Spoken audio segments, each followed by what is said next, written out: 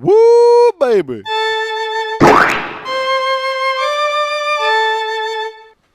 Sometimes I go to the movies and I walk away mad. I just wanted to see some boobies, and I want. Oh my God, DVDs! What can I do?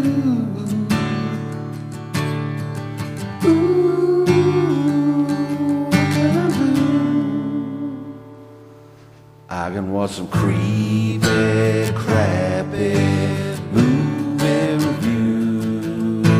Creepy, crappy movie reviews. It's Sweeps Week. Doodly fucking do. Hello folks, and welcome to Creepy's Crappy Movie Reviews. Yes, it is Sweeps Week here at Creepy's Crappy Movie Reviews.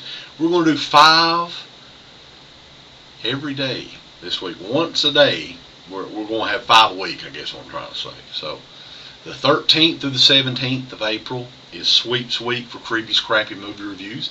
Haven't done any reviews in quite some time on here, so I wanted to get back at it and back at it with a vengeance. So the first review I'm going to do, believe it or not, when I started this little show on YouTube here, there was like 5 or 6 movies I definitely wanted to hit at some point, and this is one of them. And I want to set this up for you a little bit, give you a little bit of a backstory about how this movie came to be. Let's talk about Haim, okay, and the career he had in the 80s. It was a pretty big career. I mean, he was on the cover of 17 magazine, big star at the time. Started out on the film Lucas, which had Charlie Sheen, and I think Cary Green from the Goonies is in that. Had a pretty good cast in that one. That was a good movie. Went on to do Silver Bullet, which I'm a big fan of that film as well, with Gary Busey. And of course the big ones, there's 2 big ones I think as far as the 2 Coreys go together. That would be The Lost Boys from 1987 and of course License to Drive, which came out a year later, 1988. Now, he was pretty much on cloud 9 throughout the 80s, but when the 90s came into play, not so much. I mean, both of these guys had serious substance abuse issues. Just say that. I don't want to say what they were doing. I have no clue.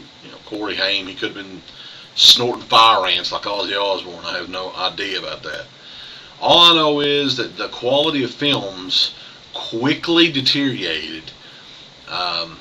From A-list movies pretty much, like License to Drive, which I think did pretty well at the box office, to just a couple of years later doing movies like Just One of the Girls or the Fast Getaway movies, which Cynthia Rothrock was really more of a star in it than Haim. So, but, I mean, these movies are bad. Snowboarding Academy is another one. The Double O Kid, I mean, that was like one of the really bad ones. I have pretty much all of these movies, by the way. But the one I want to talk about today is definitely my favorite of the 1990s era Haim films. And this is one that a lot of people don't even think this is out on DVD, but it is. It was released from, I think it's Platinum Disc Corporation.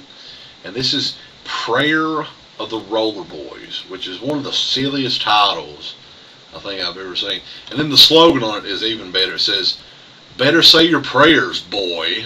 They're coming. The Rollerboys are coming for you, Haim." And this one also starred Patricia Arquette. Right.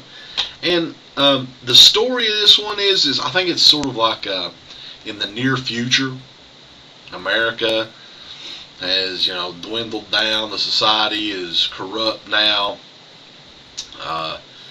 And I think Corey Haim and his brother are homeless, and they live with this other homeless guy in, I think they live in a bus or something like that. I don't know.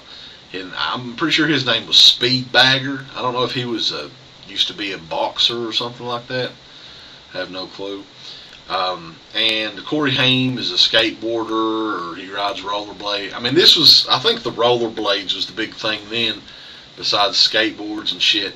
You know, in the early 90s, you all remember the inline skates, the rollerblades, and all this stuff. So he's skating around his rollerblades, or maybe he had a skateboard, I'm not sure.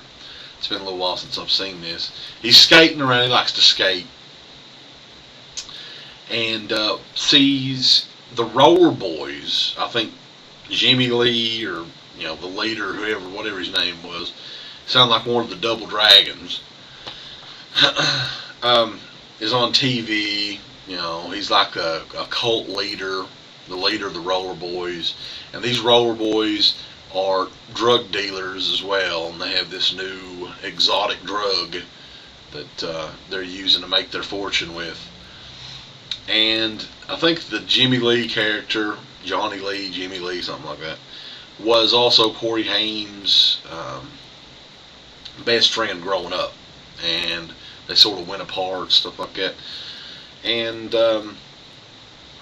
push comes to shove, I think that Patricia Arquette's character is like a cop, and they convince Corey Haim to go undercover and to try to infiltrate the Rollerboys and find out how they're doing all their operations, so they can put them all in jail once and for all, and save humanity from the nastiness that is the drug dealing Rollerboys. And the movie, I don't even know why I like this movie so much. It's like, a lot of the acting is horrible. Patricia Arquette, I mean, this is probably the worst movie or her worst role I've ever seen. I mean, she delivers her lines like she just got them, like she just read them for the first time. And Corey Haim is like, at this point in his career, he wasn't as bad as he would get on like a movie like The Backlot Murders, which came out about 10 years ago, where I think he was so blown away on that movie that they reduced him to like one or two lines. I'm not for sure.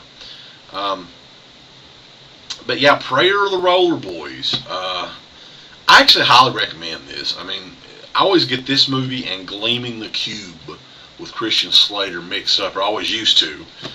And the DVD of this, I don't know how hard or how expensive this is online. I got this one for like, I think it was like $4 at Kmart, probably about 5 or 6 years ago, and it was a platinum disc release. But it looked good enough to me. I mean, I doubt we'll be getting a Blu-ray version of Prayer of the Rollerboys anytime soon. But I may review a couple more Corey Haim films on the Creepy Crappy Movie Review segment later on down the line. I don't particularly like the guy, especially from the stuff that I've heard about him and conventions and stuff like that. But, I mean, I enjoy his movies, and to me, that's all that really matters, because in the end, I think a lot of these celebrities could give a fuck less about us, especially ones like him that are just there counting their cash all day, and, oh, thank you, it'll be $25 to take a photo with you, and even though you already paid, $25 to get my autograph, another $25 for me to stand up and act like I like you, I don't like the guy, I really don't, but I like his movies. Especially, I want to definitely get the Demolition High and Demolition University movies. I think Kevin Tenney directed one of those, so I definitely want to get my hands on those. But Prayer of the Rollerboys, it's creepy. Well, it's not creepy, but it's pretty crappy. So that is it. Stay tuned tomorrow for the next chapter of Creepy's Crappy Movie Reviews.